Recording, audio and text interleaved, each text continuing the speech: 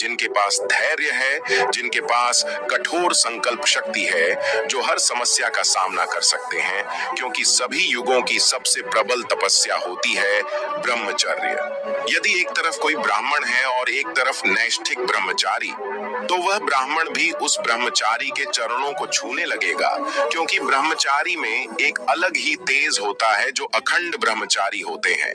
उनके रोम रोम में एक अलग ही शक्ति नजर आती है। इसलिए जो भी पूरे 30 दिन तक ब्रह्मचर्य का पालन कर सकता है, वो ही इस वीडियो को पूरा देखे, क्योंकि इसे देखने के लिए भी धैर्य की आवश्यकता होगी। और जिस समय आपने इस वीडियो पर क्लिक किया, उस समय से ही आप ब्रह्मचर्य की तपस्या में सम्मिलित हो चुके हैं और आपने इस वीडियो को पूरे 1 मिनट तक देख लिया है। यानी कि आप ही हैं वो जिनकी हमें तलाश थी और आपका हृदय से स्वागत है। इस वीडियो में आपको 30 दिन का पूरा स्केड्यूल बताया जाएगा, साथ साथ हर एक कार्य को करने का कारण और लाभ भी बताया जाएगा, इसलिए स्किप करते हुए नहीं देखना है। तो सबसे पहले मैं आपको एक बौद्ध भिक्षु की कहानी सुनता हूँ, उसके बाद ब्रह्मचर्य के कुछ महत्वपूर्ण नियम जानेंगे। तो दोस्तों, वीडियो को शुरू करने से पहले इस वीडियो को लाइक और चैनल को सब्सक्राइब कर दीजिए और बेल वाले आइकन को ऑल पर सिलेक्ट कर ले, ताकि आपको इसी तरह की बुद्धा स्टोरी मिल सके। तो चलिए शुरू करते हैं। एक बार बुद्ध का एक भिक्षु बुद्ध से कुछ दिनों के लिए दूर हो जाता है, और वह जब बुद्ध से दूर हो जाता है तो वह धीरे धीरे अपने जीवन में भटकने लगता है, क्योंकि उसे वासना सताने लगती है। गौतम बुद्ध का एक भिक्षु एक दिन मार्ग से कहीं जा रहा था, तभी उसकी नजर एक सुंदर स्त्री के ऊपर पड़ती है और वह उस सुंदर स्त्री को देखकर उसकी ओर आकर्षित होता ही चला जाता है।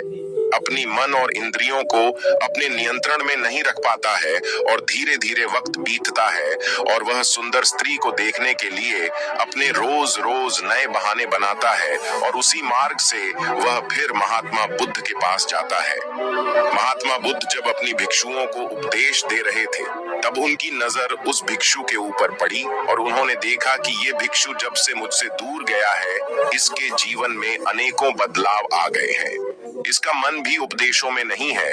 भिक्षु से महात्मा बुद्ध कहते हैं कि तुम इतने दिनों से कहा गए थे मुझसे दूर, लेकिन तुम्हारा मन अब पहले जैसा नहीं रहा। ये तुम्हारा ध्यान अब उस एकाग्रता के साथ मेरे उपदेशों में नहीं लग रहा है और तुम कहीं ना कहीं अपने मन की अज्ञानता के कारण मुझे भटके हुए दिख रहे हो।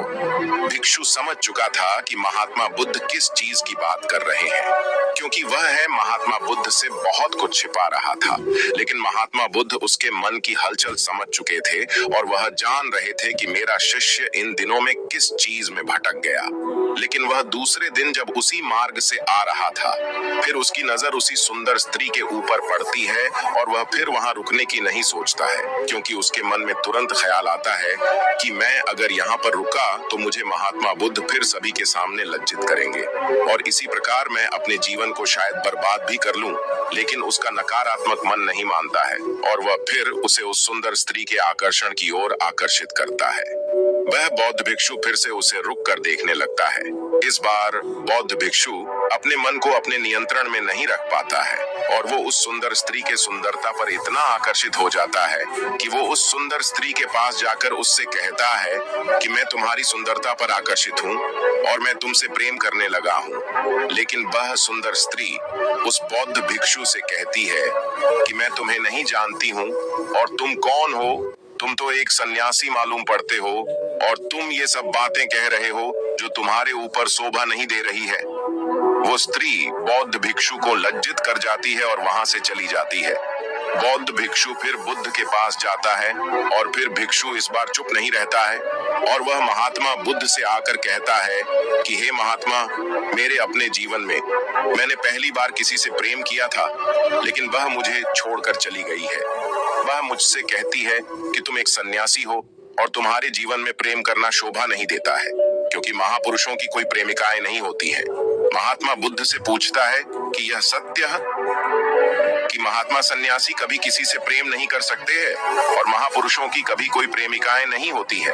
महात्मा बुद्ध उस बौद्ध भिक्षु से कहते हैं कि यह सत्य है, क्योंकि सन्यासी लाखों में से एक होता है और कोई एक व्यक्ति संन्यास के मार्ग को अपने जीवन में लाए, लेकिन तब अपने जीवन का अगर भोग करना चाहते हो, ईश्वर प्राप्ति को छोड़ना चाहते हो, आत्मज्ञान की प्राप्ति को छड़ना चाहते हो, तो तुम्हारे लिए यह संपूर्ण मार्ग खुला पड़ा है। तुम जा सकते हो और स्त्री के मोह में फंसकर उसकी सुंदरता में आकर्षित होकर अपने जीवन का भोग कर सकते हो। लेकिन वह भिक्षु समझ चुका था कि मैं अपने जीवन का विनाश क्यों करना चाहता हूँ। फिर वह भिक्षु महात्मा बुद्ध से कहता है कि क्या स्त्री सच में नर्क का द्वार है?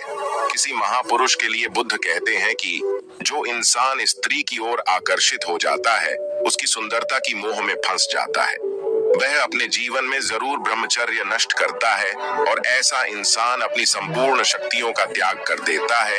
लेकिन जो अपने जीवन में ब्रह्मचर्य का पालन करते हैं, अपने मन और इंद्रियों को अपने नियंत्रण में रखते हैं, वह कभी किसी की सुंदरता की ओर आकर्षित नहीं होते हैं और वह कभी किसी के मोह में न फंसकर अपने जीवन का त्याग नहीं करते हैं। लेकिन वह महात्मा बुद्ध का भिक्षु फिर उनसे पूछता है कि जीवन में ब्रह्मचर्य क्या है और ब्रह्मचर्य करके इंसान क्या कर सकता है? फिर महात्मा बुद्ध भिक्षु से कहते हैं, ब्रह्मचर्य पालन करने से इंसान के अंदर वह सब शक्तियां आती है जो उसके जीवन में ब्रह्मचर्य नष्ट करने से उससे दूर चली जाती है।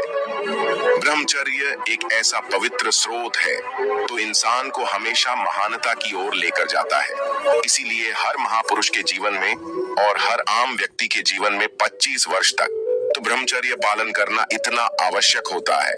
फिर वह भिक्षु कहता है, महात्मा ब्रह्मचर्य का पालन कैसे करें?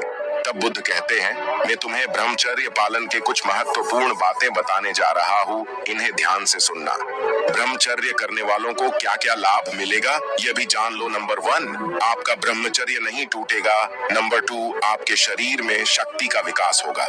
नंबर 3, आप मानसिक रूप से बहुत मजबूत हो जाओगे। नंबर 4, आपके शरीर में टेस्टोस्टेरोन की मात्रा बहुत उच्च हो जाएगी। और नंबर 5, यदि आप 30 डेज ब्रह्मचर्य चैलेंज को पूरा कर लेते हो तो आप उन 5% लोगों की गिनती में आ जाओगे जो बहुत ही आसानी से किसी भी आदत को त्याग देते हैं या अपना लेते हैं।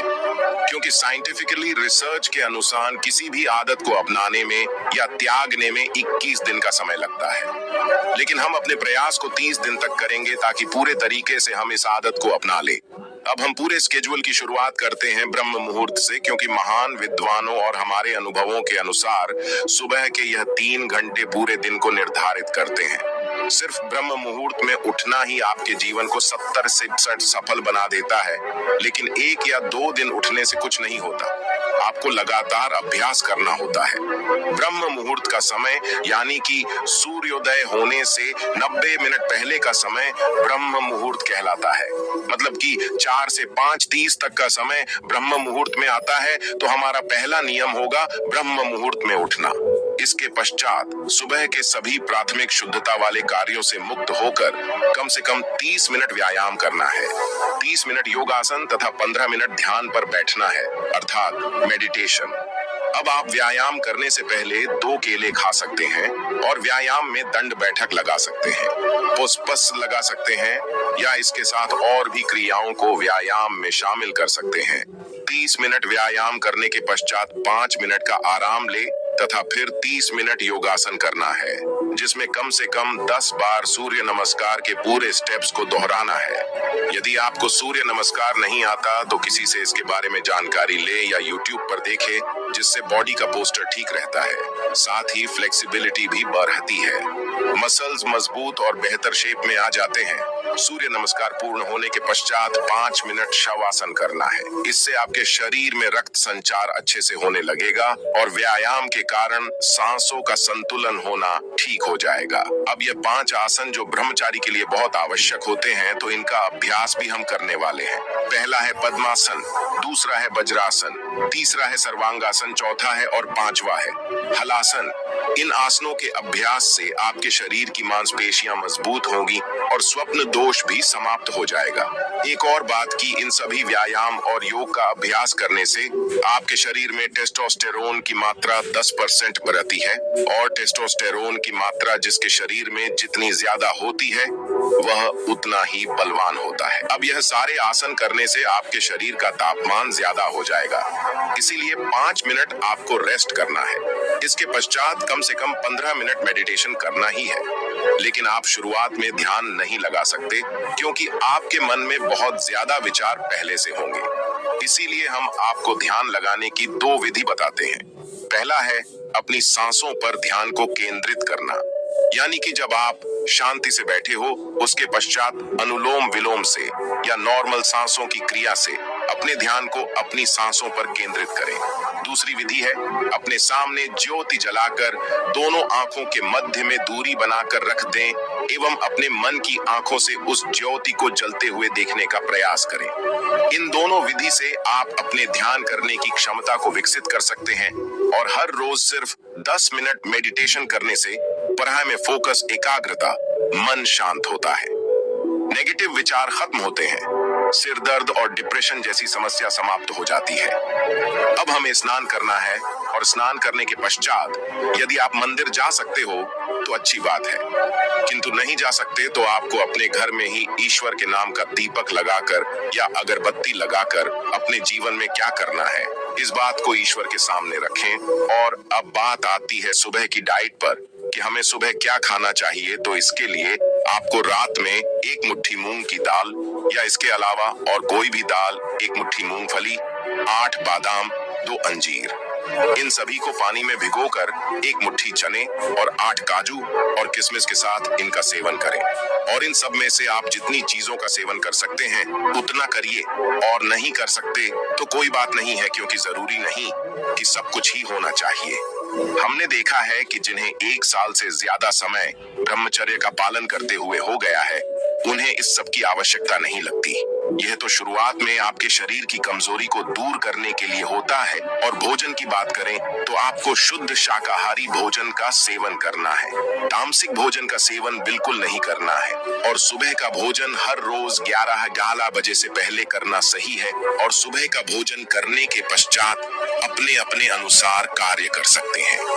इस समय आप अपने लक्ष्य के लिए कार्य करें और साथ ही 1 घंटा धूप में अवश्य बैठें, जिससे आपके शरीर में विटामिन डी की मात्रा में वृद्धि होगी।